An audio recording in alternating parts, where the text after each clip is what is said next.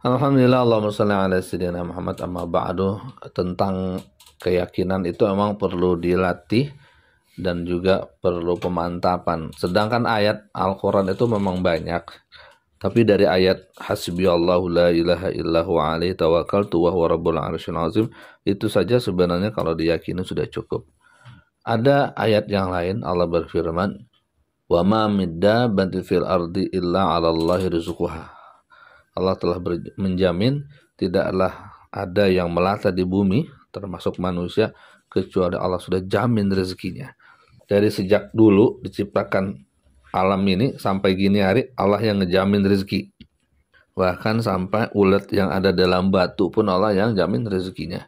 Dan kita hanya meyakini apa yang sudah betul-betul mantap, bukan meyakini sesuatu yang tidak perlu diyakini. Sebenarnya kalau kita nggak yakin rezeki itu diberikan oleh Allah, kita sudah menyinggung kelas berat itu. Sebagaimana saya disiapkan jemputan dari kantor untuk dijemput di stasiun. Cuman saya ragu-ragu, apa iya dijemput ini? Padahal udah dibilang siap dijemput gitu kan. Lalu saya bilang, apa benar?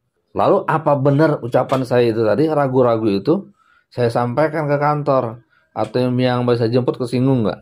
Kok nggak percaya sama saya kan gitu? Karena udah dibilang. Padahal kita ini juga suka bohong ya.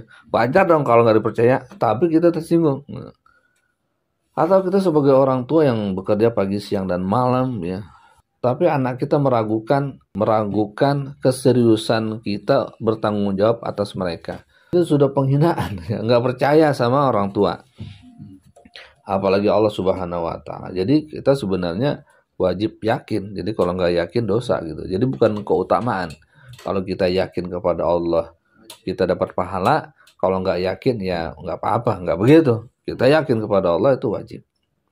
Hanya saja memang dalam kehidupan dunia ini ada bab sabar, ada bab syukur gitu. Dan Nabi SAW sampaikan, ketika kita dalam keadaan sulit, ya bersabar. Dan ketika dalam keadaan baik, bersyukur. Dan apapun yang ada di dunia ini, tidak ada yang berbuat kecuali atas izin Allah Subhanahu wa Ta'ala. Itu sudah kepastian. Makanya ditambahinlah kalau mau, Rabbi shrah li sadri wa yassir li amri. Nah, itu dibaca 7 kali setiap selesai sholat. Jadi sebenarnya tadi apa yang dibaca tuh, fa'amal insanu iza mabtalahu rabbu fa'akramahu wa na'amahu fayaqulu rabbi akraman wa amma iza mabtalahu faqadara alaihi rizqahu yaqulu rabbi ahanan.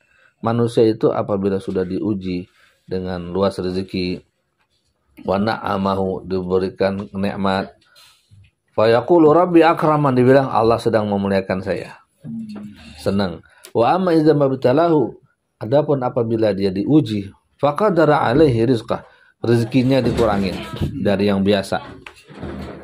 Faqadara alaihi rizqah wa yaqulu rabbi ahanan. Ini jeleknya dia, dibilang Allah sedang menghinakan aku. Padahal baik-baik saja. Jadi, dan emang ini perlu dilatih sebenarnya. Maka bagus itu yang sudah latihan puasa, itu paling mudah untuk menerima keadaan ini. Rasulullah SAW itu orangnya kaya, tapi memilih hidup yang susah agar umat ini punya contoh bagaimana menghadapi kesusahan. Ya.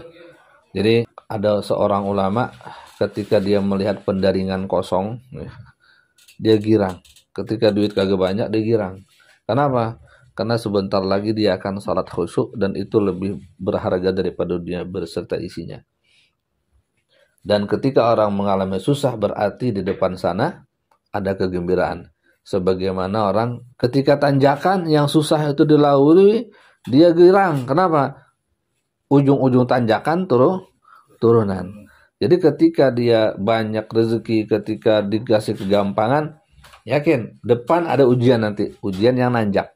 Jadi ketika nanjak, dari ketika susah, maka dia senang. Kenapa? Nanti di depan ada kesenangan. Jadi balik. Jadi agar kita tidak lupa diri. Ya, yakinkan kita diawasi, dilindungi, dan kita tidak akan mati kecuali rezeki kita sudah habis. Nah, itu yang perlu. Dan untuk penenang jiwa tadi ya, ditambahkan nutrisinya Rabbi sholli sadri wa yassir amri 7 kali pegang dada, kemudian alam nashrah laka sadrak tuh baca tiap hari minimal setelah selesai 1 kali. Dengan diyakini ya, dengan diyakini. Jadi kita bacanya nggak seperti burung beo. Kalau kita bacanya seperti burung beo, nggak kita maknai, maka ketentraman itu jarang. Tapi ada sedikit ya. Sebenarnya masih panjang karena urusan rezeki ini sesuatu yang wajib kita yakini, tapi perlu latihan untuk keyakinan tersebut. Terutama ketika lagi susah, lagi seret, lagi ini roman-romannya kayaknya saya diperhatikan Allah sih. Nah ini nih, keraguan seperti itu tuh merusak akidah. Jangan sampai kita lupa sudah berapa banyak kita dapat nikmat dari Allah Subhanahu wa taala. Ingat kebaikan-kebaikan Allah, maka saat itu kita bersyukur.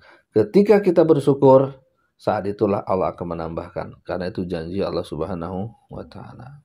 Kalau kita mungkin disuruh bersedekah ketika lagi susah, kita mikir lagi susah kok sedekah, padahal justru ketika susah itulah kesusahan itu akan dihilangkan oleh Allah Subhanahu wa taala. Tinggal meyakini apa yang sudah benar. Meyakini apa yang sudah benar. Mudah-mudahan kita termasuk orang yang diberikan kemampuan untuk itu.